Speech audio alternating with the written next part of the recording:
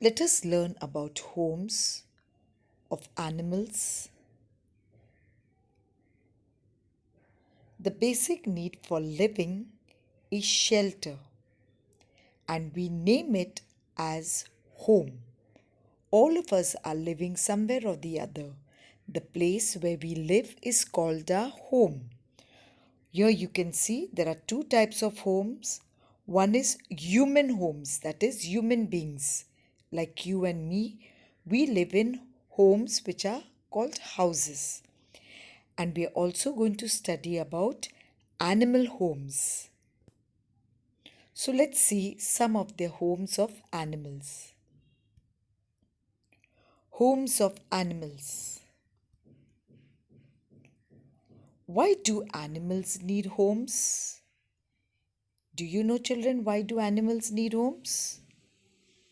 Okay, let me inform you about it. Animals need homes to protect themselves from cold, heat, rain, and attack of other animals. So just as we need homes to protect ourselves from the rain, cold, heat, and enemies, in the same way, animals too need homes to protect themselves from all these things. Let us now learn the names of the homes of a few animals. What we have here is a kennel. And can you see who is in the kennel? Yes, you're right. A dog lives in a kennel. So the home of a dog is called kennel. This is a den. And who lives in the den? A lion. A lion lives in a den. A bear lives in a cave. So we can see the bear has come outside his home. This is its home. So the bear lives in a cave. A cow's home is called a shed. So the home of a cow is called a cow shed or a shed. You can see all the cows here resting. The home of a horse is called a stable. So a horse lives in a stable. The shed like thing, what you can see, is called a stable. The home of bees is a beehive. See, in this hive, you can see there are lots of bees. And bees give us honey. So, this is a bee hive, which is the home of the bees. Birds live in a nest. The home of rabbits is called a burrow.